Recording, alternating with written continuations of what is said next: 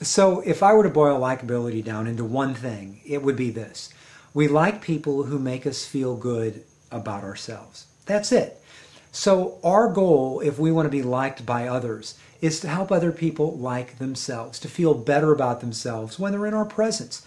Now, there are lots of different ways to do that, and really that's the essence, the behavioral things we can do to enhance our likability by making other people feel better about themselves.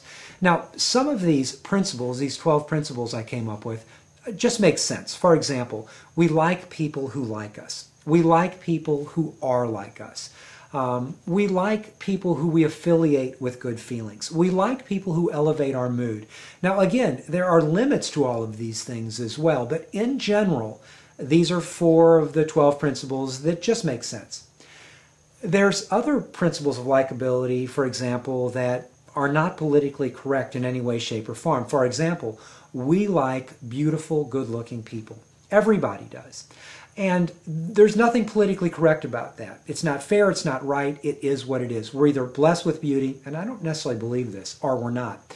Now, what that tells me is that we need to do everything we can on a regular basis to look our very best, to be our very best, to walk at a pace that says I'm happy, I'm proud, I'm confident, to dress that way, to look that way, just to project that so we can be beautiful even if we're not necessarily beautiful people.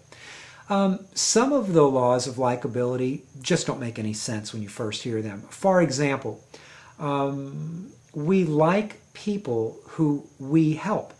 Now, that's just the opposite of what a lot of people think. We oftentimes think we like the people who help us, and that's not true. So for those of you that have these people-pleasing tendencies out there and you feel like you have to do things for people for them to like you, that is simply not true. The truth of the matter is, and there's all kinds of studies to back this up, we like the people who we help. So when you go out of your way to help someone, you are much more likely to like them than they are to like you.